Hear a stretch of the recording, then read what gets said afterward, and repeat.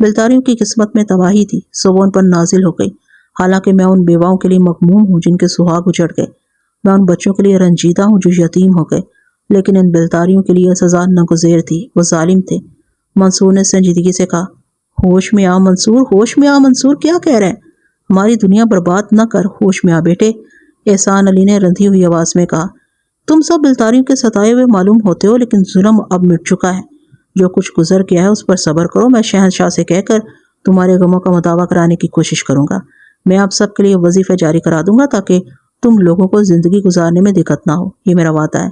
اس نے سنجیدگی سے کہا، جاؤ بھیا، سب لوگ جاؤ اور آرام کرنے دو، ماں باپ کو اپنا غم ظاہر کرنے دو، ممکن ہے اللہ کرم کر دے۔ کرم خان نے دوسرے لوگوں سے کہا اور وہ سب ایک ایک کر کے باہر نکلنے لگے۔ احسان علی کے لیے پورا محلہ مغموم تھا، سب اس کے بڑھاپے کے سہارے کی صحت یابی کی دعا کر رہے تھے۔ احسان علی بوڑھا ہو چکا تھا، پوری عمر کی کمائی 2 بچے تھے، ایک لڑکا ایک لڑکی۔ احسان علی پوسٹ مین تھا، زندگی کا طویل عرصہ خط اور منی آرڈر بانٹتے گزرا تھا۔ دال چٹنی میں عمر گزری تھی اور اس کی بیوی سلائی کرتی تھی، منصور اس کا واحد سہارا تھا۔ بڑھاپے کے لیے ایک ہی کمائی تھی اور وہ تھا منصور۔ احسان علی کا دل ہی جانتا تھا کہ اس نے منصور اور لبنہ کو کس طرح تعلیم دلائی تھی۔ منصور BA کر چکا تھا اور لبنہ کو میٹرک کے بعد اسکول سے اٹھا لیا تھا۔ لڑکی ذات کو زیادہ تعلیم دلانا احسان علی کے بس کی بات نہ تھی۔ لوگوں کی انگلیوں کو کون روک سکتا ہے، اور اب سب کی نگاہیں منصور کی طرف تھی۔ منصور شروع ہی سے سنجیدہ اور کم گو تھا، وہ خاموش رہتا تھا اور نوجوانوں کسی کوئی بات اس میں نہیں تھی۔ قصبہ سے میٹرک کر کے وہ شہر چلا آیا تھا اور وہیں اس نے BA کیا۔ BA کرنے کے بعد اس نے احسان علی سے کہہ دیا کہ وہ اب زیادہ نہیں پڑھنا چاہتا کیونکہ بہن جوان ہو چکی ہے، اس کی شادی کے لیے دولت کی ضرورت ہے اور وہ اپنا مستقبل بنانے کے لیے بہن کی زندگی نہیں برباد کر سکتا۔ اس کی اس بات سے احسان علی کا سیر و خون بڑھ گیا۔ اسے اپنی پشت پر ایک دیوار کا احساس ہوا تھا اور اس کی جھک جانے والی کمر پھر سیدھی ہو گئی تھی، آخر اس کا سہارا قدم جما چکا تھا۔ چنانچہ منصور نے ملازمت کی جدوجہد شروع کر دی، لیکن ملازمت کی تلاش میں اسے دانتوں پسینے آ گئے۔ اسے احساس ہوا کہ تعلیم حاصل کرنے کے چکر میں زندگی کے قیمتی سال گنوا کر اس نے دنیا کی بدترین غلطی کی ہے۔ اس نے اپنی ماں اور باپ کو تکلیف دے کر ان پر ظلم کیا تھا۔ جب BA کرنے کے بعد ملازمت نہیں ملنی تھی تو BA کرنے کی ضرورت کیا تھی؟ اسے تو بہتر تھا کہ وہ ابتدا ہی سے باپ کے ساتھ کام پر لگ جاتا، کم سے کم پوسٹ مین تو بن ہی سکتا تھا، اور دوہری تنہا اب تک بہن کے جہیز کا بندوبست تو کر ہی سکتی تھی۔ وہ دل میں گھٹتا رہا اور اپنی ناکامی کے بارے میں والدین کو نہیں بتاتا تھا۔ وہ ان سے شرمندہ تھا، کس منہ سے ان سے کہے کہ انہوں نے جس امید پر تکلیفیں اٹھائی تھی وہ سراب تھی۔ ڈگریاں دولت نہیں اگلتی، ہاں انسان کے غم بڑھا دیتی ہیں۔ جاہل انسان اپنی بساط کے مطابق ہی سوچ سکتا ہے، جبکہ تعلیم غم کے اس احساس کو شدید کر دیتی ہے۔ وہ ملازمت کے لیے بھٹکتا رہا، قصبے سے شہر آ گیا، پھر شہر گھومتا رہا، لیکن بے مقصد، بے سود۔ ملازمت اس کے لیے نہیں تھی، نہ جانے اس نے کتنے فاقے کیے، نہ جانے کہاں کہاں گیا، اور اب صرف ایک دن قبل وہ قصبہ واپس آیا تھا۔ ناکامیابیاں اس کی پیشانی پر تحریر تھی۔ ماں باپ نے وہ تحریر پڑھ لی اور اسے تسلیاں دینے لگے۔ باپ نے کہا کہ وہ فکر نہ کرے، ابھی کچھ اور آزمائش باقی ہے، وقت پورا ہونے پر بگڑے کام خود بخود بنتے چلے جائیں گے۔ لیکن اس بار منصور کا رنگ ہی بدلا ہوا تھا۔ دودھ جیسا چہرہ زرد تھا، بڑی بڑی آنکھوں کے نیچے سیاہ حلقے تھے اور زبان خاموش تھی۔ اس نے کسی سے ایک لفظ نہ کہا۔ ہاں، بہن نے تنہائی میں اسے بڑبڑاتے ضرور سنا، لیکن وہ کیا الفاظ تھے اس کی سمجھ میں نہ آ سکے تھے۔ شام کو اس نے کھانا بھی ٹھیک سے نہیں کھایا اور سرے شام ہی سونے کے لیے اپنے کمرے میں چلا گیا۔ ماں اور باپ کو بیٹے کی پریشانی کا احساس تھا، لیکن وہ بھی مجبور تھے، کیا کرتے؟ نہ جانے کتنی رات گئے تک وہ دونوں خاموشی سے دعا کرتے رہے۔ گاڑی جس طرح چل رہی تھی ٹھیک تھی، لیکن بیٹے کی پریشانی نے ان کے لیے نئی الجھنیں پیدا کر دی تھی۔ اور پھر صبح کو جب کافی دن چڑھ آیا تب بھی منصور نہیں جاگا۔ لبنہ نے اسے جگانے کے لیے پوچھا تو ماں نے کہہ دیا کہ سونے دے بیٹی، ممکن ہے وہ بھی پریشانی کی وجہ سے رات کو دیر سے سویا ہوگا اور اس وقت گہری نیند میں ہو۔ سورج چڑھتا رہا اور جب زیادہ دیر ہو گئی تو ان لوگوں کو تشویش ہونے لگی۔ اتوار کا دن تھا، احسان علی کو بھی پوسٹ آفس نہیں جانا تھا، اس لیے وہ بھی گھر میں تھا۔ جب زیادہ دیر گزر گئی تو وہی بیٹے کے دروازے پر پہنچا۔ دروازہ اندر سے بند تھا۔ اس نے منصور کو آوازیں دی تو اندر سے آواز سنائی تھی، میں معافی چاہتا ہوں، اس وقت میں کسی سے نہیں مل سکتا۔ بلتاریوں کے لشکر نے آخر یورش کر دی۔ مجھے خطرہ تھا، لیکن میں انہیں ایسا سبق دوں گا کہ رہتی دنیا تک یاد کریں گے۔ میں نقشہ جنگ ترتیب دے رہا ہوں، چلے جاؤ، اس وقت چلے جاؤ۔ احسان علی نے حیرت سے اس کی گفتگو سنی۔ منصور اور شرارت دو متضاد چیزیں تھیں۔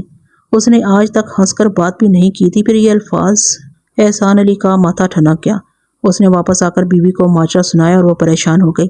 الہی خیر، کیا کہہ رہے ہو؟ پھر دونوں ہانپتے کانپتے دوبارہ منصور کے دروازے پر پہنچے۔ تب انہوں نے منصور کا کہکہا سنا، پھر مسلسل کہے، میں فتح کا جشن منا رہا ہوں، میں نے بلتاریوں کو عبرتناک شکست دی ہے، جاؤ تم بھی جشن مناؤ۔ کہکہوں کے دوران اس کی آواز سنائی دی اور ماں دل پکڑ کر بیٹھ گئی۔ باپ کے ہاتھوں کے طوطے اڑ گئے۔ یہ ہوش کی باتیں تو نہیں تھیں، ضرور منصور کے دماغ پر اثر ہو گیا تھا، اور اس روح فرسا تصور سے ان کے حواس گنگ ہو گئے تھے۔ پھر وہ دروازہ پیٹتے رہے، روتے رہے، چلاتے رہے، اور منصور کے کہکہے گونجتے رہے۔ اس کے بعد پورا محلہ اکٹھا ہو گیا اور اب بمشکل تمام منصور کو اس کے کمرے سے باہر نکالا گیا تھا۔ محلے کے لوگ جا چکے۔ کرم خان چونکہ بالکل برابر والے مکان میں رہتا تھا، احسان علی کے اس سے 30 سال پرانے تعلقات تھے، اس لیے وہ گھر کے ایک فرد کی حیثیت رکھتا تھا۔ اس لیے احسان علی کو ڈھارس دینے کے لیے وہ رک گیا۔ منصور اب بھی مسکرا رہا تھا۔ الہی میرے بچے پر رحم کر، ماں نے آنسوؤں کے درمیان کہا۔ بتاؤ کرم بھیا، میں کیا کروں، میرا تو سب کچھ لٹ گیا، میرے بڑھاپے کی لکڑی ٹوٹ گئی، بتاؤ اب میں کس کے سہارے بڑھاپا گزاروں؟ احسان علی روتے ہوئے بولا۔ خدا سے مایوس نہ ہو احسان علی، وہ ضرور رحم کرے گا، اس کی دلجوئی کرو، اگر روتے پیٹتے رہے تو اس کے ذہن پر اور بار ہوگا۔ میرا خیال ہے کہ پریشانی کی وجہ سے دماغ الٹ گیا ہے، کرم خان نے کہا اور منصور کو سہارا دے کر اندر لے گیا۔ پھر انہوں نے اسے چارپائی پر لٹایا اور اس کے چاروں طرف بیٹھ گئے۔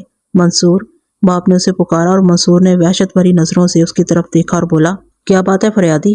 میں تمہارا باپ ہوں بیٹے، ہوش میں آؤ، دیکھو تمہاری بہن کی آنکھوں سے آنسو بہ رہے ہیں، تمہاری ماں پریشان ہے، کسی بات کی فکر نہ کرو بیٹے، پریشانیاں تو وقتی ہوتی ہیں، انسان اگر مضبوط عزم رکھے تو پریشانیوں کے بادل خود بخود چھٹ جاتے ہیں۔ میں آپ کا احترام کرتا ہوں محترم بزرگ، مجھے ان دونوں خواتین سے بھی ہمدردی ہے، آپ کا کہنا درست ہے۔ شہنشاہ کا خیال تھا کہ بلتاری ہماری سلطنت کو تہس نہس کر دیں گے، لیکن اولو العزمی کی اس سے شاندار مثال اور کیا ہو سکتی ہے؟ بلاخر ہم نے اس پر فتح حاصل کر لی، منصور نے کہا، اور احسان علی کرم خان کی طرف دیکھنے لگا۔ نہ جانے یہ بلتاریہ کیا بلا ہے، آخر یہ اس کے ذہن پر کیوں سوار ہے؟ کرم خان نے کہا، آپ بلتاریہ سے واقف نہیں ہیں؟ بڑے افسوس کی بات ہے، خیر ایک دن میں بتاؤں گا کہ بلتاریہ کیا ہے، اور آکاشیا کی دلیر فوجیں دنیا کی بہترین فوجوں میں شمار ہوتی ہیں، اور ناچیز ان فوجوں کا سردار ہے۔ میری ہی رہنمائی میں آکاشیا کے نوجوانوں نے بلتاریہ کی اینٹ سے اینٹ بچا دی، اور آپ آکاشیا کو نہیں جانتے؟ اس نے حقارت سے ہونٹ سکوڑ لیے۔ کرم خان چھپے ہوئے انداز میں احسان علی کی طرف دیکھنے لگا۔ احسان علی نے کہا، بتاؤ کرم بھیا، میں کیا کروں؟ میرے تو کچھ بھی سمجھ میں نہیں آ رہا، میرے پاس تو اتنی رقم بھی نہیں ہے کہ کسی اچھے اسپتال میں داخل کرا دوں۔ بھیا تم اسے شہر لے جاؤ، فکر مت کرو، میرے پاس جو کچھ ہے تمہارا ہے، بیٹی اور بھابھی کی دیکھ بھال میں کروں گا، میرے پاس 200 روپے موجود ہیں، وہ لے جاؤ۔ جاؤ بھیا، خدا کے بھروسے پر جاؤ، خدا تمہارے اوپر رحم کرے گا، میں تمہاری پائی پائی چکا دوں گا کرم بھیا، میں تمہارا یہ احسان کبھی نہ بھولوں گا۔ کیسی باتیں کرتے ہو احسان علی؟ ہماری دوستی 30 سال پرانی ہے، کیا دوستوں کا بھی ایک دوسرے پر احسان ہوتا ہے؟ کیا میرا بیٹا بیمار ہوتا تو تم اپنا سب کچھ مجھے نہ دے دیتے؟ کرم خان نے کہا اور احسان علی اسے لپٹ کر رونے لگا۔ احسان علی کی خوش قسمتی تھی کہ اسپتال میں اسے ڈاکٹر راشد مل گیا۔ ڈاکٹر راشد منصور کا کلاس فیلو رہ چکا تھا۔ جنرل وارڈ کے ایک بستر پر اس نے منصور کو پڑے دیکھا اور چونک پڑا۔ یہ لاوارث مریض اس کا گہرا دوست تھا، اس کا سب سے پیارا دوست، سنجیدہ اور متین کالج کا ذہین ترین طالب علم۔ راشد اس کی بہت عزت کرتا تھا، اسے بے پناہ محبت کرتا تھا۔ گو حالات نے ایک طویل عرصہ تک ان دونوں کو جدا رکھا تھا، لیکن راشد آج تک منصور کو نہیں بھول سکا تھا۔ یہی وجہ تھی کہ جو ہی منصور کو دیکھا فوراً پہچان لیا۔ منصور اس وقت سو رہا تھا۔ یہ مریض کب آیا ہے؟ اس نے بے قراری سے پوچھا۔ 4 روز ہو گئے ہیں جناب۔ کیا بات ہے، چارٹ دکھاؤ، ڈاکٹر نے کہا، اور نرس نے منصور کا چارٹ اس کے حوالے کر دیا۔ راشد بغور چارٹ دیکھتا رہا، اس کے چہرے پر فکر کے آثار تھے۔ پھر اس کے منہ سے بڑبڑاتی آواز میں نکلا، تو میرا خیال درست تھا، میری پیشن گوئی درست ثابت ہوئی۔ نرس نے حیرت سے پوچھا، اس کے ساتھ کوئی شخص ہے؟ اس نے نرس کی بات کا جواب دیے بغیر پوچھا، ہاں اس کا باپ ہے۔ اوہو، کہاں ہے؟ راشد نے بے قراری سے پوچھا۔ اپنے دوست کو اس حالت میں دیکھ کر اس کا دل تڑپ اٹھا تھا۔ بلاؤں جناب؟ باہر گھاس پر ہوگا، یہ وقت مریضوں کے پاس رہنے کا نہیں ہے۔ نہیں، مجھے اس کے پاس لے چلو، یہ میرا عزیز دوست ہے۔ میں تمہیں کیا بتاؤں نرس کہ یہ کیسا انسان تھا۔ میں نے اس کے بارے میں پیشن گوئی کی تھی کہ اگر یہ کوئی بہت بڑا انسان نہ بن سکا تو پاگل ضرور ہو جائے گا۔ راشد نے کہا اور نرس کی سمجھ میں کچھ نہ آیا۔ وہ ڈاکٹر کے ساتھ اسپتال کے لان میں آ گئی اور پھر اس نے ایک طرف اشارہ کیا جہاں ایک ضعیف انسان ایک درخت کے نیچے سجدے میں پڑا تھا۔ راشد اس کے پاس پہنچ گیا اور جب ضعیف انسان سجدے سے اٹھا تو راشد نے اسے سلام کیا۔ اللہ تعالیٰ عمر دراز کرے بیٹے، میرا خیال ہے کہ آپ ڈاکٹر ہیں۔ آپ منصور کے والد ہیں؟ راشد نے پوچھا۔ ہاں بیٹے، میں ہی وہ بد نصیب انسان ہوں۔ میں بھی آپ کا بیٹا ہوں جناب، میں منصور کا دوست ہوں، اس کے ساتھ کالج میں پڑھ چکا ہوں۔ میری بدقسمتی تھی کہ میں چند روز کی رخصت پر تھا، ورنہ آپ کو تکلیف نہ ہوتی۔ میں یہاں ڈاکٹر ہوں، میرا نام راشد ہے۔ راشد، ضعیف آدمی کی آنکھوں سے آنسو بہہ نکلے۔ راشد، میرے بیٹے کو بچا لو، اپنے دوست کو بچا لو، میں غریب انسان ہوں۔ بیٹے، ایک ضعیف باپ کے پاس دعاؤں کے سوا کچھ نہیں ہے، میری دعائیں لے لو بیٹے، ایک خاندان پر تمہارا احسان ہوگا۔ مجھے شرمندہ نہ کریں بزرگ، میں عرض کر چکا ہوں کہ منصور میرا دوست ہے، پھر آپ پر احسان کیسا؟ مجھے تھوڑی دیر اجازت دیں، میں اسے جنرل وارڈ سے پرائیویٹ وارڈ میں منتقل کرا دوں۔ اب بزرگ کو لے کر میرے دفتر میں جائیں۔ پھر تقریباً 1 گھنٹے کے بعد اسپتال کے پرائیویٹ کمرے میں ڈاکٹر راشد احسان علی سے گفتگو کر رہا تھا۔ مجھے کہنے دیجیے محترم کہ آپ اپنے بیٹے کے متعلق کچھ نہیں جانتے۔ میں سمجھا نہیں راشد میاں۔ منصور کی دوہری شخصیت کے بارے میں تو پورے کالج کو معلوم ہے۔ اکثر وہ ہفتوں خود کو آکاشیا کی فوج کا سالار سمجھتا رہتا تھا، جس نے بلتاریہ کو شکست دی تھی، لیکن پھر وہ خود بہت ٹھیک ہو جاتا تھا۔ میرا خیال ہے کہ یہ دورہ بھی وقتی ہے، میں نے بغور اس پر نگاہ رکھی ہے۔ میرا خیال ہے کہ یہ ان دنوں کچھ پریشان ہوگا۔ تم سے کیا چھپاؤں راشد میاں، میں پوسٹ مین ہوں، میری زندگی کی کمائی یہی بیٹی اور بیٹا ہے۔ منصور میری امیدوں کا واحد سہارا تھا۔ BA کے بعد اس نے تعلیم چھوڑ دی اور ملازمت تلاش کرنے لگا، لیکن چاروں طرف سے مایوسی ہوئی، اسے کوئی ملازمت نہیں ملی۔ ہمارا خیال تھا کہ ملازمت نہ ملنے کی وجہ سے اس کی دماغی حالت خراب ہو گئی ہے۔ گو یہ بات ثابت ہو گئی کہ وہ پریشان تھا، پہلے بھی ایسا ہی ہوتا تھا۔ وہ کئی دنوں تک کھویا رہتا اور پھر کسی صبح وہ خود کو آکاشیا کا سالار بتاتا۔ میرا خیال ہے کہ اس نے گھر میں اپنی اس کیفیت کے بارے میں کسی کو نہیں بتایا۔ وہ بہت کم گو ہے بیٹے، اس نے زندگی میں صرف پریشانیاں دیکھی۔ اسے شدت سے اس بات کا دکھ ہے کہ اس کی زندگی میں اس کے والدین کو بہت تکلیف اٹھانی پڑ رہی ہے۔ حالانکہ ایسی کوئی بات نہیں ہے بیٹے، والدین تو ہوتی تکلیف اٹھانے کے لیے۔ اس نے کبھی اپنی کیفیت کے بارے میں نہیں بتایا۔ اس کی کیفیت ایسی اس وقت سے ہوئی، راشد پرخیال لہجے میں بولا، جب ہم کالج کی 3 دن کی چھٹیوں میں راکا پور کے کھنڈرات دیکھنے گئے۔ منصور بھی ہمارے ساتھ تھا۔ کھنڈرات سے کچھ دور ہمارا کیمپ لگا ہوا تھا۔ ہم سب ٹولیاں بنا کر سیر و تفریح کر رہے تھے اور منصور حسب معمول تنہا تھا۔ اسے تنہائی بہت پسند تھی۔ پھر وہ تنہا ہی کسی طرف نکل گیا اور شام کو واپس نہ آیا۔ آدھی رات تک تمام لڑکے پریشانی کے عالم میں اسے تلاش کرتے رہے۔ پھر وہ صبح ان کھنڈرات میں گئے تو وہ ایک ٹوٹے چبوترے پر سو رہا تھا۔ ہم نے اسے جگایا تو وہ چونک کر اس کی طرف آنکھیں پھاڑنے لگا جیسے کسی اجنبی دنیا میں آیا ہو۔ اس نے ہم میں سے کسی کو نہیں پہچانا تھا۔ دوسرے لڑکے اس کا سنجیدہ مذاق سمجھتے رہے، لیکن اس کی حالت بدلی ہوئی تھی۔ یہ کیفیت چند گھنٹے رہی، پھر وہ ٹھیک ہو گیا، لیکن پورے 4 دن کالج اٹینڈ نہ کر سکا۔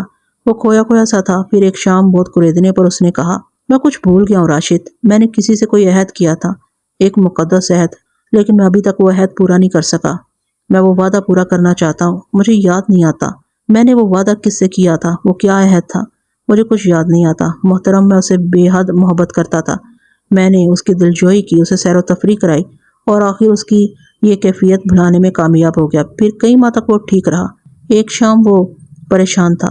اس نے بتایا کہ اس کی والدہ کی طبیعت خراب ہے، والد کا خط آیا ہے مگر وہ جا نہیں سکتا۔ میں نے اسے کہا بھی کالج سے چھٹی لے کر چلا جائے، لیکن بہت خوددار تھا، شاید اس کے پاس پیسے نہیں تھے، اس لیے وہ جانے سے انکار کر رہا تھا۔ ہم اسے مجبور نہ کر سکے، لیکن دوسرے دن وہ جب صبح کو اٹھا تو اس کی کیفیت بدلی ہوئی تھی۔ اس نے پہلی بار کہا کہ وہ آکاشیا کا نوجوان سپہ سالار ہے اور اس نے بلتاریہ کی اینٹ سے اینٹ بجا دی ہے۔ چند گھنٹوں کے بعد سو گیا اور جب جاگا تو ٹھیک تھا، راشد نے بتایا، اور احسان علی حیرت سے گفتگو سنتے رہے۔ خدا تمہاری زبان مبارک کرے بیٹے، اس کی یہ کیفیت وقتی ہو اور جب یہ چاہے تو ٹھیک ہو جائے، اس کے بغیر ہم سب اندھے ہو جائیں گے۔ میرے بچے، ہم سب اندھے ہو جائیں گے، یہ تو ہماری آنکھوں کا نور ہے، احسان علی نے روتے ہوئے کہا، اور راشد انہیں دلاسا دینے لگا۔ اسے مارفیا کے انجیکشن دیے گئے ہیں تاکہ یہ سوتا رہے، آپ اسے آرام سے سونے دیں۔ میں عرض کر چکا ہوں کہ میں بھی آپ کا منصور ہوں، میری موجودگی میں آپ کو کوئی تکلیف نہ ہوگی، میں اس کا بھرپور علاج کروں گا، آپ کسی قسم کی تکلیف نہ اٹھائیں۔ اگر آپ نے کسی قسم کی تکلیف اٹھائی تو مجھے دکھ ہوگا، اور ہاں، مجھے اپنے مکان کا پتہ دے دیں تاکہ حیریت کا تار ارسال کر دوں، راشد نے کہا، اور سادہ دل احسان علی نے اسے گھر کا پتہ دے دیا۔ راشد نے دوسرے دن معقول رقم احسان علی کے بتائے ہوئے پتہ پر احسان علی کی طرف ارسال کر دی۔ وہ بے حد ہمدرد انسان تھا اور قدرت نے اسے ایک حساس دل بخشا تھا۔ ایک ذہین ڈاکٹر ہونے کی حیثیت سے اس کی کافی شہرت تھی اور پرائیویٹ طور پر بھی خاصی آمدنی ہو جاتی تھی۔ گھر سے بھی آسودہ حال تھا، اس لیے روپے پیسے کی کوئی تکلیف نہیں تھی۔ احسان علی کو اس نے پیشکش کی کہ وہ اس کے گھر چل کر رہیں، لیکن احسان علی نے کہا کہ وہ بیٹے کے پاس رہنا پسند کریں گے۔ ویسے ان کا رواں راشد کا احسان مند تھا۔ منصور کی بہترین نگہداشت ہو رہی تھی، 2 نرسیں اس پر تعینات تھیں اور راشد کے دوست ڈاکٹر پوری محنت اور توجہ سے اس کا علاج کر رہے تھے۔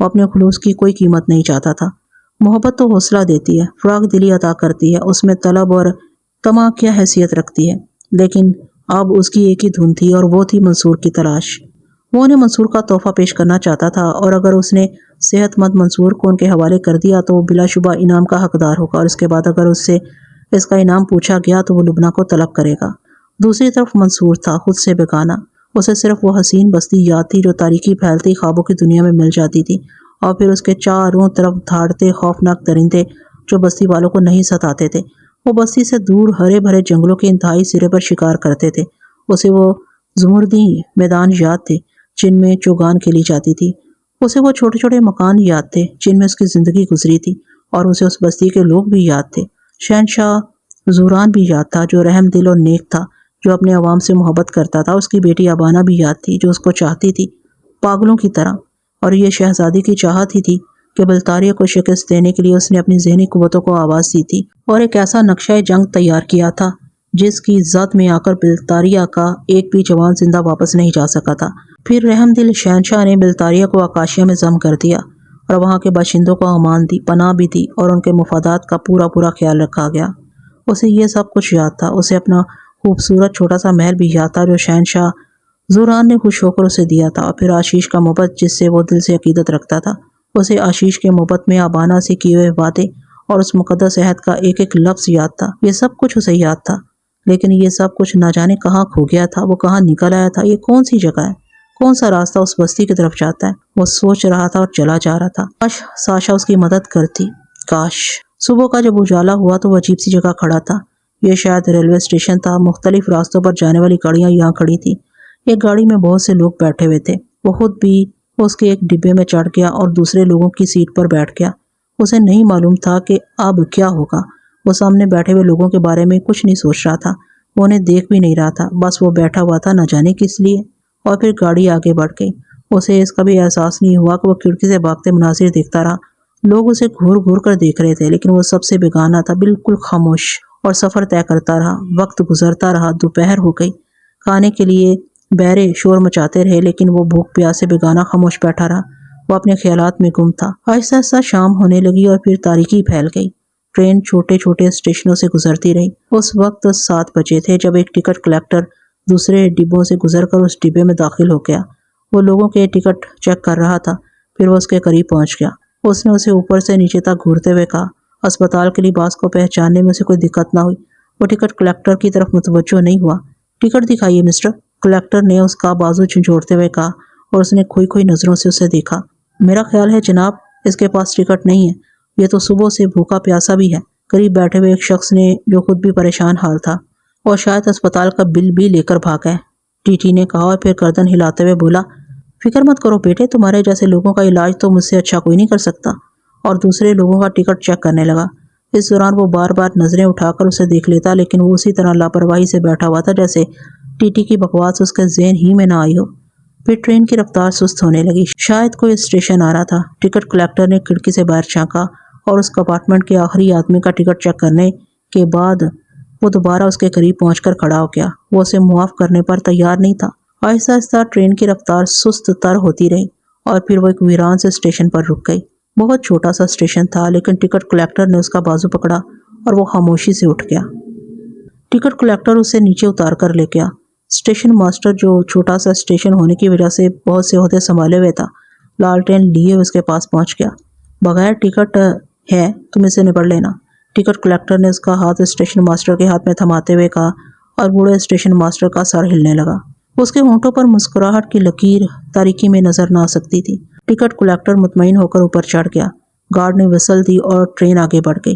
اسٹیشن ماسٹر اس کا ہاتھ تھامے جاتی ہوئی ٹرین کو سبز جھنڈی دکھاتا رہا، اور جب وہ پلیٹ فارم کی حدود سے نکل گئی تو اس نے گہری سانس لے کر اس کا ہاتھ چھوڑ دیا۔ بے وقوف کہیں کا، اپنی دانست میں اس نے کوئی کارنامہ انجام دیا، اس نے طنزیہ انداز میں کہا، اور پھر اس کی طرف متوجہ ہو کر پورا احترام لہجے میں بولا، میں بندہ ناچیز تاش کی خدمت میں سلام پیش کرتا ہوں۔ اس کے ساتھ ہی وہ جھک گیا اور منصور نے پہلی بار چونک کر اسے دیکھا۔ اس کے منہ سے اپنا نام سن کر نہ جانے کیوں اس کی رگوں میں زندگی کی لہر دوڑ گئی تھی۔ عقیدت کا نشان؟ اسٹیشن ماسٹر نے اپنا دائیں ہاتھ سامنے کر دیا جس میں ایک انگوٹھی موجود تھی اور ایک خوبصورت پتھر اس میں لگا ہوا تھا جو جگنو کی طرح چمک رہا تھا۔ آتاش کے دونوں ہاتھ آگے بڑھے اور اس نے اپنے ہاتھ انگوٹھی والے ہاتھ پر رکھ دیے۔ اس کے مردہ جسم میں زندگی پیدا ہو گئی تھی۔ تشریف لائیے، اسٹیشن ماسٹر نے کہا۔ اس کی رہنمائی کرنے لگا۔ پورے اسٹیشن پر اس کے علاوہ اور کوئی نہیں تھا۔ چاروں طرف تاریکی کا راج تھا۔ اسٹیشن ماسٹر اسے لیے ہوئے اسٹیشن کی چھوٹی سی عمارت میں پہنچ گیا۔ باہر کوئی روشنی نہ تھی، لیکن اندر دن نکلا ہوا تھا۔ دروازے کے سامنے 3 آدمی کھڑے ہوئے تھے، جنہوں نے سفید لباس پہنے ہوئے تھے۔ اسے دیکھ کر وہ تینوں چونک گئے، اور پھر انہوں نے ایک غیر مانوس آواز میں کہا، آشیش کے پجاری آکاشیا کے سب سے بڑے انسان کو خوش آمدید کہتے ہیں۔ اور اس کے ہونٹوں پر مسکراہٹ پھیل گئی۔ میں آشیش کے محبت میں کیے ہوئے مقدس عہد کو پورا کرنے کے لیے حاضر ہو گیا ہوں، مقدس پجاریوں۔ تاہم بلتاری پر آشیش کو مکمل اعتماد تھا۔ ہم آپ کا انتظار کر رہے تھے، ان میں سے ایک نے کہا، اور دوسری طرف مڑ گئے۔ سامنے ہی ایک لمبی میز بچھی ہوئی تھی، جس پر مختلف نوع کھانے چنے ہوئے تھے۔ انہوں نے میز کی طرف اس کی رہنمائی کی، اور وہ پرتکلف قدموں سے میز پر پہنچ گیا۔ ایک کرسی ان کے لیے کھینچ دی گئی اور وہ اس پر بیٹھ گیا۔ پھر تینوں پجاری اس کی خاطر مدارت کرنے لگے۔ وہ ملازموں کی طرح کام کر رہے تھے، اور وہ ان کے درمیان شہنشاہوں کی طرح بیٹھا کھانا کھاتا رہا تھا۔ دن بھر کی بھوک کے بعد لذیذ کھانا ملا تھا۔ اس نے خوب ڈٹ کر کھایا، اور پجاری خاموشی سے اسے دیکھتے رہے۔ اسے ایک عجیب سے سرور، ایک عجیب سے سکون کا احساس ہو رہا تھا۔ کھانے کے بعد اس کا جسم سست ہونے لگا، اور اس نے تھکے ہوئے انداز میں کہا، میں کچھ دیر آرام کرنا چاہتا ہوں۔ آرام کا تیار ہے تاش، ایک پجاری نے کہا۔ اسے سہارا دے کر اٹھایا، اور آہستہ آہستہ ایک طرف چل پڑے۔ اس کی آنکھیں نیند سے بوجھل ہو رہی تھیں، اور اگر وہ اسے سہارا نہ دیے ہوئے ہوتے تو شاید وہ گر پڑتا۔ باہر سے چھوٹی سی اور بوسیدہ نظر آنے والی یہ عمارت نہ جانے کیا تھی۔ اسے لے کر وہ ایک ہال نما کمرے میں پہنچ گئے، جہاں پرانی طرز کی ایک آرام دہ مسہری بچھی ہوئی تھی۔ وہ اسے مسہری پر لے گئے، اور پھر وہ مسہری پر گر کر آرام کی نیند سو گیا۔ نہ جانے کب تک وہ مست اور سکون کی نیند سوتا رہا۔ جب آنکھ کھلی تو روشنی پھیلی ہوئی تھی۔ ہال میں بڑی خوشگوار ہنکی تھی۔ اس نے ایک طویل انگڑائی لی اور اسے اپنے بائیں سمت ایک آہٹ سنائی دی۔ اس نے گردن گھما کر دیکھا تو ایک خوبصورت سی خادمہ سفید باریک لباس پہنے اس کی طرف آ رہی تھی۔ اس کے قریب پہنچ کر خادمہ نے جھک کر خرگوش کی کھال کے بنے ہوئے سلیپر نکال کر کرینے سے رکھ دیے، اور اپنا مرمری ہاتھ اس کی طرف بڑھایا۔ اس نے خادمہ کی آنکھوں میں دیکھا اور اس کے ہاتھ کا سہارا لے کر اٹھ گیا۔ اٹھنے کے بعد اسے احساس ہوا کہ اس کا لباس تبدیل کر دیا گیا ہے۔ اب وہ نرم ریشمی لباس میں ملبوس تھا۔ اس نے گہری سانس لی اور سلیپر پہن کر کھڑا ہو گیا۔ خادمہ اسے ایک خوبصورت اور صاف ستھرے باتھ روم میں لے گئی، اور پھر اس نے اپنے ہاتھ سے اس کا لباس اتار دیا۔ نیم گرم پانی کے پھواروں کے ساتھ خادمہ کے نازک ہاتھ اس کے جسم پر گردش کرتے رہے، اور وہ ایک عجیب سی دنیا میں گم ہو گیا۔ اسے ہوش اس وقت آیا جب خادمہ نے ایک موٹا تولیہ اس کے جسم کے گرد لپیٹ دیا، پھر اس کا بازو پکڑ کر باتھ روم سے باہر نکل آئی۔ پھر اسے پہننے کے لیے ایک عجیب سا لباس دیا گیا، اور اسے پہن کر وہ تیار ہو گیا۔ تب اسے اسی کمرے میں لے جایا گیا جہاں وہ رات کو کھانا کھا چکا تھا۔ وہی تینوں پجاری موجود تھے، اور انہوں نے اسی احترام کے ساتھ اسے بھی ناشتہ کرایا۔ ناشتے سے فارغ ہو کر وہ اس جگہ سے اٹھ گیا۔ تب ان میں سے ایک پجاری نے آگے آ کر کہا، کیا محترم اتاش آکاشیا کے سفر کے لیے تیار ہیں؟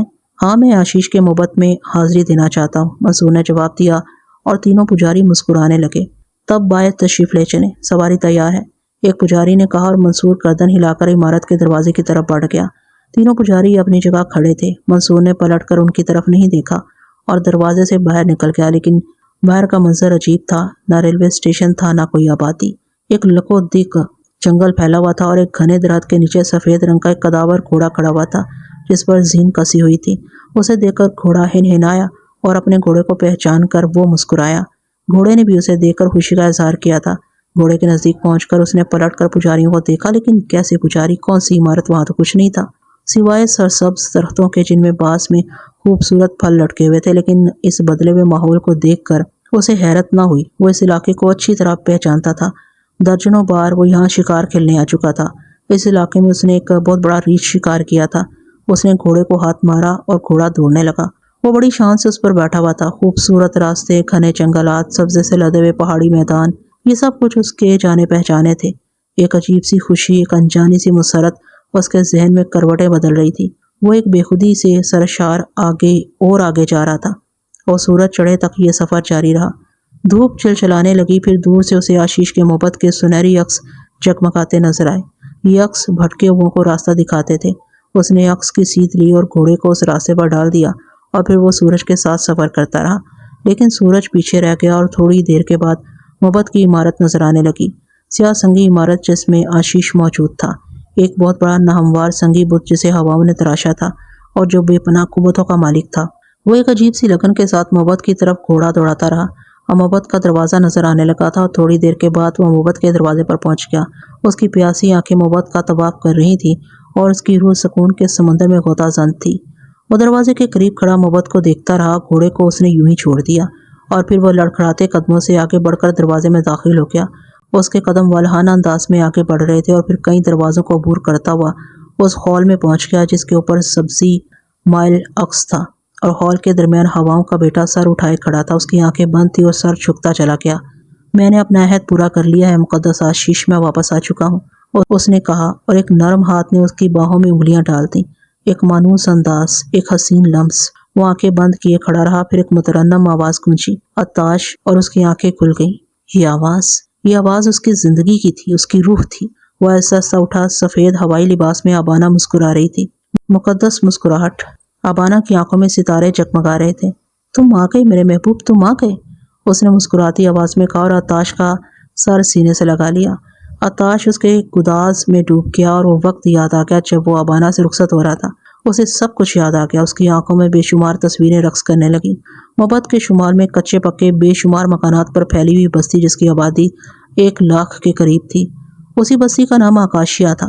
چھوٹی سی سلطنت کے چھوٹے چھوٹے مسائل تھے جنہیں سلجھانے کے لیے زوران جیسا نیک دل اور ذہین شہنشاہ موجود تھا۔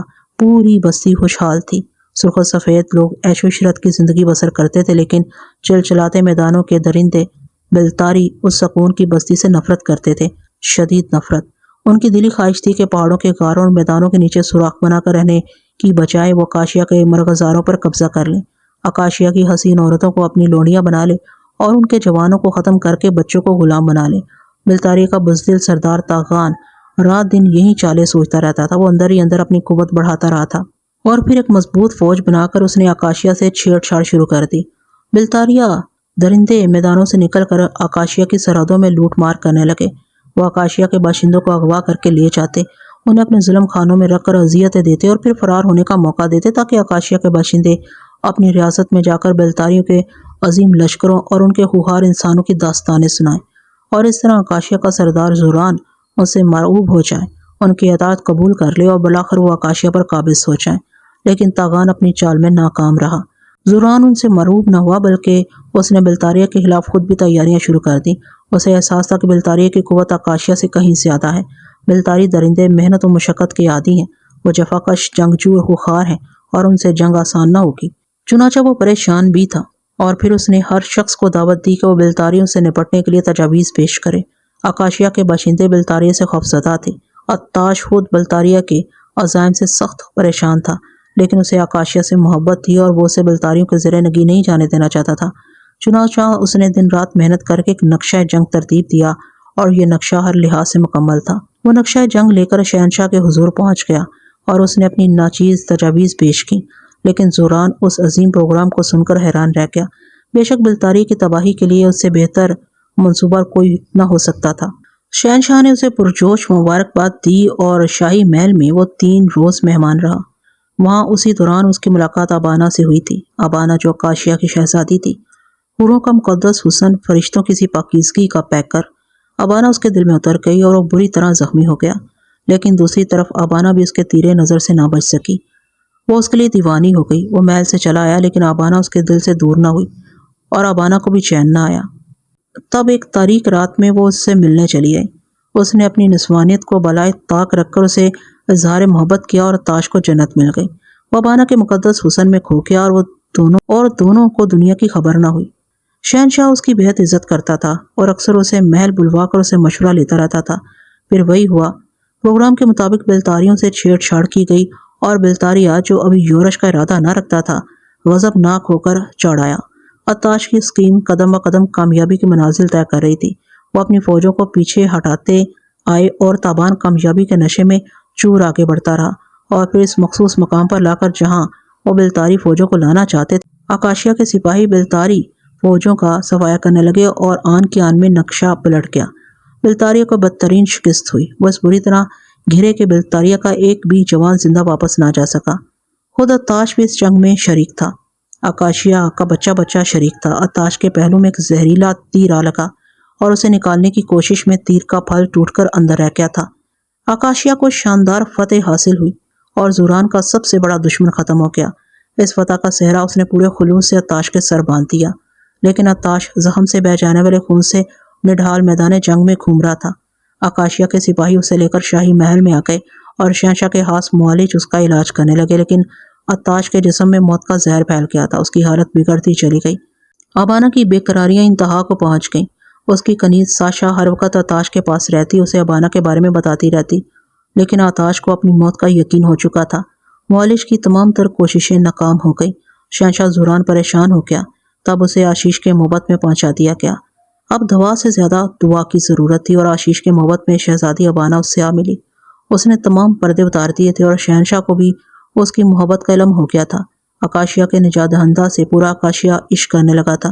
ایک شہزادی اس کے عشق میں دیوانی ہو گئی تو کیا ہوا؟ شہنشاہ نے اسے اجازت دے دی کہ وہ عطاش کی تیمارداری کرے، لیکن شہزادی کی محبت بھی عطاش کی زندگی واپس نہ لا سکی، اور ایک شام جبکہ تاریکی نے محبت کو اپنی آغوش میں لے رکھا تھا، عطاش کو موت کا پروانہ مل گیا۔ اس نے شہزادی کا ہاتھ پکڑ لیا اور لرزتی ہوئی آواز میں بولا، میں عہد کرتا ہوں شہزادی ابانا، آشیش کے مقدس قدموں میں عہد کرتا ہوں کہ میں پھر واپس آؤں گا۔ عطاش تمہاری دنیا میں واپس آئے گا، میرا انتظار کرنا۔ اگر تم نے میرا انتظار نہ کیا تو اور یہ اس کے آخری الفاظ تھے۔ اس کے بعد وہ موت کی تاریکیوں میں کھو گیا اور آج وہ مقدس عہد پورا ہو گیا تھا۔ ابانا کے نرم و خداس سینے سے لپٹے لپٹے اسے پوری کہانی یاد آ گئی اور اس نے گردن اٹھا کر ابانا کو دیکھا۔ ابانا کی آنکھوں میں خوشی کے آنسو تھے۔ اس نے عطاش کی آنکھوں پر ہونٹ رکھ دیے۔ میں تمہارا انتظار کر رہی تھی میرے محبوب، میں تمہاری راہ میں آنکھیں بچھائے ہوئی تھی اور آخر تم آ گئے۔ میں نے عہد کیا تھا ابانا، میں عہد شکن نہیں ہوں۔ اس نے ابانا کو آغوش میں لیتے ہوئے کہا اور آشیش کے بت سے محبت کی کرنوں کی بارش ہونے لگی۔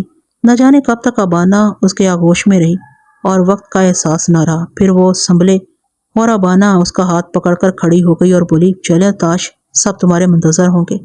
آکاشیا کے لوگ تمہارے استقبال کی زبردست تیاریاں کر رہے تھے۔ ان کا خیال تھا کہ تم ان میں آؤ گے، لیکن میں جانتی ہوں کہ تم سیدھے آشیش کے محبت میں آؤ گے، اس لیے میں یہاں تمہاری منتظر تھی۔ وہ مسکرا کر کھڑا ہو گیا، پھر وہ دونوں محبت سے نکل آئے۔ ابانا کا 4 گھوڑوں والا خوبصورت رتھ محبت کے پیچھے کھڑا تھا۔ وہ اس رتھ میں بیٹھ کر چل پڑے اور رتھ محبت سے بستی تک علاقے کو عبور کر کے بستی میں داخل ہو گیا۔ پوری بستی خوشیاں منا رہی تھی۔ جگہ جگہ عطاش کے مجسمے آویزاں تھے، ان پر پھولوں کی بارش کی جانے لگی۔ نوجوان لڑکے اور لڑکیاں ان کی آمد کے گیت گا رہے تھے، ناچ رہے تھے، خوشیاں منا رہے تھے۔ محل کے دروازے پر شہنشاہ زوران اور حکومت کے دوسرے ارکان نے اس کا استقبال کیا اور اسے عزت سے محل میں لے گئے۔ شہنشاہ زوران بہت خوش تھا۔ اس نے اپنے برابر کے تحت پر اسے بٹھایا اور عمرہ اسے تحائف پیش کرنے لگے۔ سب سے آخر میں زوران نے اپنے ملازموں کو حکم دیا۔ اب زوران کو تحفہ پیش کیا جانے والا تھا اور غلام ایک تشت لے کر سامنے آ کر اس پر غلاف ڈھکا ہوا تھا۔ سب لوگ اس تحفے کو دیکھنے کے خواہشمند تھے۔ پھر شہنشاہ کے حکم سے تشت سے غلاف اٹھا لیا گیا۔ تشت میں تاغان کا کٹا ہوا سر رکھا تھا۔ اس عظیم تحفے کو دیکھ کر پورے دربار میں غلغلہ ہو گیا۔ دشمن کا سر سب سے بڑا تحفہ ہوتا تھا۔ عطاش نے ممنونیت سے وہ تحفہ قبول کیا اور پھر دوسری رسومات ہونے لگی۔ نہ جانے کب تک اس کی آمد کا جشن منایا گیا اور عطاش عیش و عشرت کی زندگی گزارنے لگا۔ ابانا اس سے روز ملاقات کرتی تھی اور اب اس کی ملاقات روزانہ ہوتی تھی۔ شہنشاہ نے اسے اجازت دے دی تھی اور وعدہ کیا تھا کہ کسی مناسب موقع پر ان دونوں کی شادی کا اعلان کر دے گا۔ یہ دن بڑے پرمسرت گزر رہے تھے۔ رات دن کا پتہ ہی نہ چلتا تھا۔ ایک طویل عرصہ بیت گیا، پھر آشیش کے سالانہ جشن کے پرمسرت موقع پر شہنشاہ زوران نے بڑے دربار میں عطاش اور ابانا کی شادی کا اعلان کیا اور کہا، بلتاری کی شکست کا صحرا عطاش کے سر ہے اور بلا شبہ اسی شخص کو حکومت کا حق ہے جو بدترین دشمن کو شکست دے۔ میں یہ اعلان کر کے خوشی محسوس کر رہا ہوں کہ میرے بعد آکاشیا کا شہنشاہ عطاش کے علاوہ اور کوئی نہ ہوگا، اور شہنشاہ عطاش سے میں اپنی بیٹی ابانا کی نسبت باعث فخر محسوس کروں گا۔ میں اعلان کرتا ہوں کہ آج سے ٹھیک 1 چاند کے بعد عطاش اور ابانا کو مقدس آشیش کے قدموں میں لے جا کر شادی کے مقدس بندھن میں باندھ دیا جائے گا۔ دربار میں پرجوش اور پرمسرت نعرے گونجنے لگے، لیکن ایک بوڑھی اور لرزتی ہوئی آواز ان نعروں پر بھاری تھی، یہ ممکن نہیں ہے شہنشاہ زوران، یہ ممکن نہیں، ایسا نہیں ہو سکتا۔ اور اس آواز سے پورے دربار میں سناٹا چھا گیا۔ آشیش کے محبت کے سب سے بڑے قدیم اور معمر پجاری کی آواز معمولی حیثیت نہیں رکھتی تھی۔ شہنشاہ کی گھبرائی ہوئی نگاہیں بھی اس کی طرف اٹھ گئیں۔ پجاری آہستہ آہستہ آگے بڑھ کر اس کے قریب پہنچ گیا۔ یہ کیسے ممکن ہے زوران؟ اس کے جسم پر خاک کا لباس ہے، وہ فانی دنیا کا انسان ہے جبکہ ہم لافانی ہیں۔ کیا تم ایک بار پھر وہی کہانی دہرانا چاہتے ہو جو دہرائی جا چکی ہے؟ بلا شبہ اس وقت ہم بھی حاکی تھے، لیکن اب ہم روح کے لباس میں ہیں۔ ہمیں شامل ہونے کے لیے اسے بھی روح کا لباس درکار ہے۔ کیا تم دو متضاد کیفیتوں کو آپس میں یکجا کر دینا چاہتے ہو؟ اسے کیا فائدہ ہوگا؟ یہ دونوں ایک دوسرے کے لیے تڑپتے رہیں گے، یہ ملاپ ناممکن ہے۔ اور شہنشاہ زوران کے چہرے پر فکر و پریشانی کے آثار ابھر آئے اور بولا، تم درست کہتے ہو مقدس پجاری، تم درست کہتے ہو، اس کے لیے روح کا لباس ضروری ہے۔ کیا ہم اسے یہ لباس مہیا کر سکتے ہیں؟ ہم نہیں، اسے اس کی دنیا میں بھیج دو۔ جب یہ اس دنیا سے واپس آئے گا تو ہم اسے خوش آمدید کہیں گے اور وہی اس کی شادی کا دن ہوگا، پجاری نے کہا، اور تمام سر جھک گئے۔ پھر زوران کی آواز گونجی، اسے اس کی دنیا میں بھیج دینا چاہیے۔ اور دو آدمیوں نے آگے بڑھ کر تاش کے دونوں بازو پکڑ لیے۔ نہیں جاؤں گا، میں نہیں جاؤں گا، مجھے چھوڑ دو، مجھے چھوڑ دو۔ تمہیں جانا ہوگا تاش، یہ درست بھی ہے۔ خاک کے لباس میں تم یہاں نہیں رہ سکتے، ہم سے بھول ہوئی تھی، لیکن ہاں، تمہاری دنیا تمہارے لیے آسان کر دی جائے گی۔ آکاشیا کا مقدس نشان رکھ لو۔ زوران نے اپنی انگلی سے انگوٹھی اتاری اور تاش کی انگلی میں پہنا دی۔ دور محل کی ایک کھڑکی میں بیٹھی ابانا رو رہی تھی۔ میں یہاں سے نہیں جاؤں گا، میں ابانا کو چھوڑ کر نہیں جاؤں گا، چھوڑ دو مجھے، چھوڑ دو، میں کہتا ہوں مجھے چھوڑ دو۔ اس نے دونوں آدمیوں سے بازو چھڑا لیے۔ واہ بیٹا واہ، بغیر ٹکٹ ریل میں سفر کرتے ہو اور پھر تھانے بھی نہیں جاؤ گے؟ اسے پکڑنے والوں نے بدلی ہوئی آواز میں کہا اور وہ چونک کر انہیں دیکھنے لگا۔ دونوں پولیس کے جوان تھے اور وردی میں تھے۔ انہوں نے آگے بڑھ کر اس کے دونوں ہاتھ پکڑ لیے اور وہ بھنچکا ہو کر انہیں دیکھنے لگا۔ میں بغیر ٹکٹ سفر کر رہا ہوں، اس نے کھوئی ہوئی آواز میں پوچھا۔ خوب خوب، اب اداکاری بھی کرے گا؟ رے تھانے چل، وہاں پہنچ کر سب دماغ درست ہو جائے گا، ایک کانسٹیبل نے اسے دھکا دیتے ہوئے کہا، اور پھر وہ دونوں اسے تھانے لے گئے۔ تھوڑی دیر کے بعد اسے تھانے کے انچارج کے سامنے پیش کیا گیا۔ سپاہیوں نے انچارج کو بتایا کہ ریلوے والوں نے اسے پولیس کے حوالے کیا، وہ بغیر ٹکٹ سفر کر رہا تھا۔ اوہو، انچارج نے اسے گھورتے ہوئے کہا، صورت سے تو شریف آدمی لگتا ہے، شرم نہیں آتی بغیر ٹکٹ کے سفر کرتے ہوئے؟ پھر وہ کانسٹیبلوں کو اشارہ کرتے ہوئے بولا، تلاشی لو اس کی جیب کی۔ اور کانسٹیبلوں نے اس کی جیب میں ہاتھ ڈال دیا، لیکن سب سے پہلے جو چیز اس کی جیب سے نکلی وہ ریل کا ٹکٹ تھا، جو ایک لمبے سفر کے لیے جاری ہوا تھا۔ کیا مطلب؟ انچارج نے کانسٹیبلوں کو گھورتے ہوئے ٹکٹ لے لیا، اسے دیکھنے لگا۔ کانسٹیبل بھی حیران رہ گئے تھے۔ کیا تم لوگوں کا دماغ خراب ہو گیا؟ اس نے کڑک کر کہا۔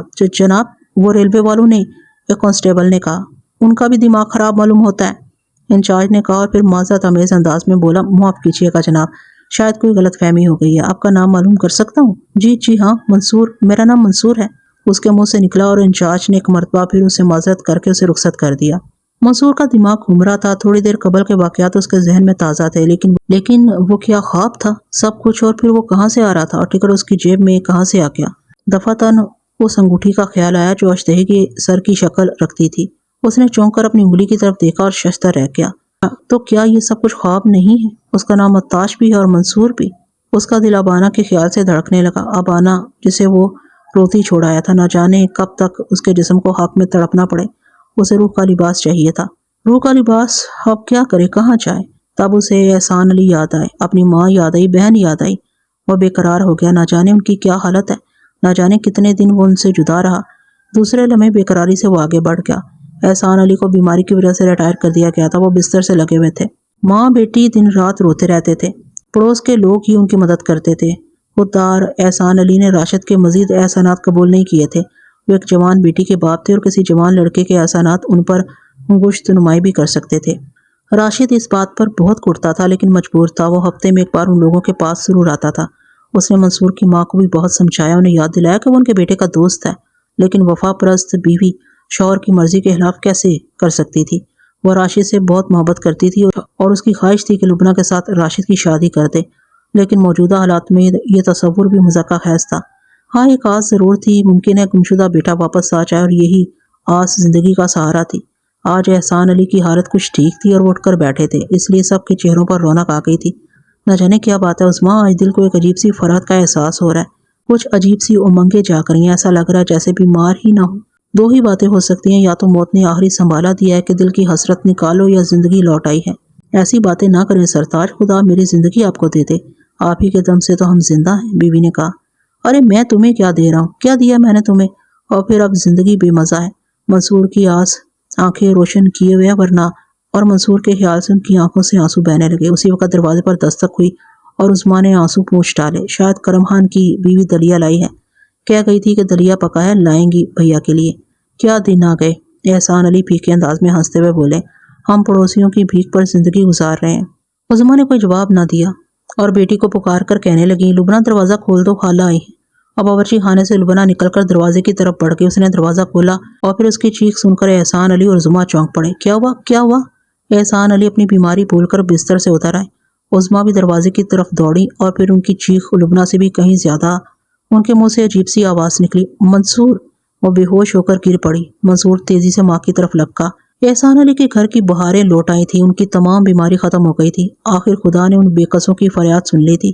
منصور بشکل منصور واپس آیا تھا اور احسان علی اس ہر شخص کے شکر گزار تھے جس نے ان کی مدد کی تھی۔ ان لوگوں میں راشد سر فہرست تھا اور راشد کو منصور کی واپسی کا تار دیا گیا تھا اور تار ملنے کے چند گھنٹوں کے اندر وہ قصبہ پہنچ گیا۔ احسان چچا نے تو مجھے قبول ہی نہیں کیا تھا اپنوں میں، کیا تم بھی مجھے کچھ حق نہ دو گے؟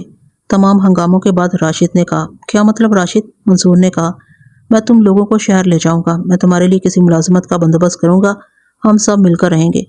ہاں راشد، ان لوگوں کے لیے تمہارا سہارا ضروری ہے، میں تو مہمان کی حیثیت سے آیا ہوں، نہ جانے کب واپس چلا جاؤں، میں سب کو تیار کروں گا، ہم شہر چلیں گے۔ راشد، میں کوشش کر کے بہن کے فرض سے سبکدوش ہو جاؤں گا، اس کے بعد مگر تم جاؤ گے کہاں؟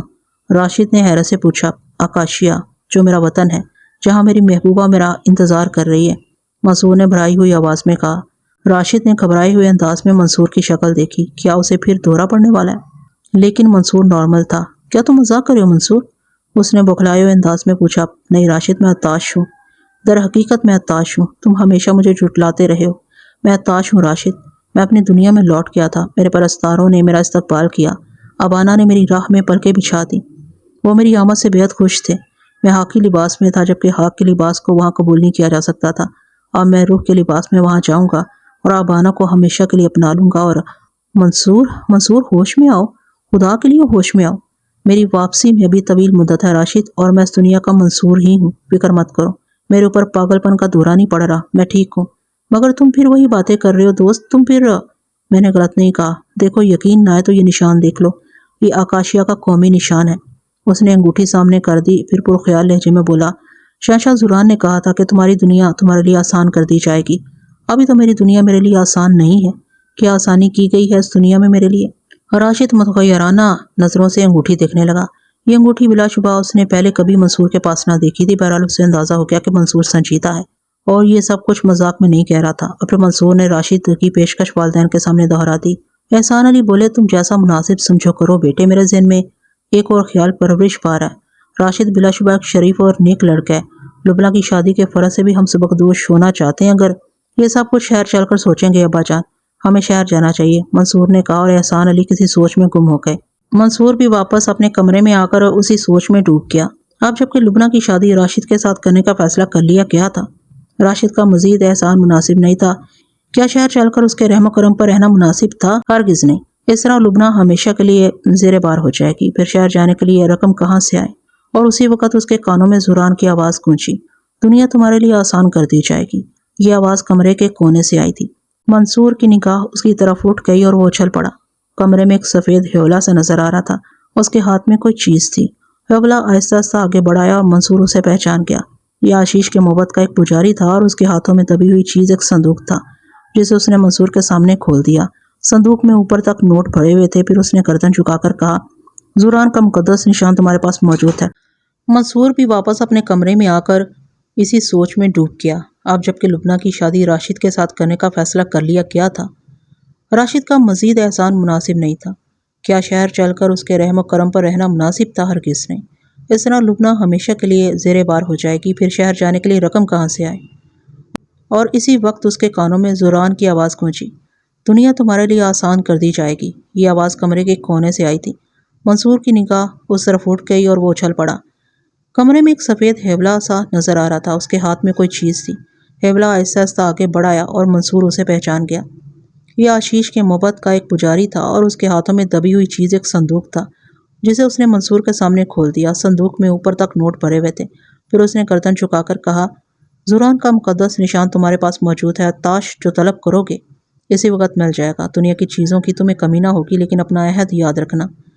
آج منصور کی عمر 70 سال سے اوپر ہے، وہ شہر کے امیر ترین لوگوں میں شمار ہوتا ہے۔ لبنہ راشد کی شریک حیات ہے، اس کے بیٹے بیٹیاں پوتے پوتیاں موجود ہیں، سب عیش کی زندگی گزار رہے ہیں، لیکن منصور اپنی عظیم الشان کوٹھی میں تنہا رہتا ہے۔ اس کے والدین کا انتقال ہو چکا ہے، کوٹھی میں بے شمار ملازم ہیں، لیکن انہیں ایک مخصوص حصے تک آنے کی اجازت ہے۔ کوٹھی کا بقیہ علاقہ ایک سبزہ زار ہے، کوئی نہیں جانتا منصور وہاں کیا کرتا ہے۔ لبنہ کے بچوں سے وہ بے انتہا محبت کرتا ہے۔ اس کی کہانی ان بچوں کو بھی معلوم ہے اور کبھی کبھی شرارت سے اسے عطاش ماموں یا عطاش نانا کے نام سے بھی پکار لیتے ہیں۔ اس وقت منصور کا چہرہ سرخ ہو جاتا ہے اور پھر وہ کئی دن اور کبھی کبھی شرارت سے اسے عطاش ماموں یا عطاش نانا کے نام سے بھی پکار لیتے ہیں۔ اس وقت منصور کا چہرہ سرخ ہو جاتا ہے اور پھر وہ کئی دن کوٹھی کے اس پر اسرار حصے میں گزارتا ہے، شاید روتے ہوئے، گڑ گڑاتے ہوئے کہ زندگی کے تار ٹوٹ جائیں اور روح کا لباس مل جائے تاکہ وہ اس کے انتظار میں آنکھیں بچھائے، ابانا کو جا کر سینے سے لگائے، وہ ہمیشہ کے لیے اس کی ہو جائے، لیکن کون جانے اسے کتنی زندگی گزارنی ہے۔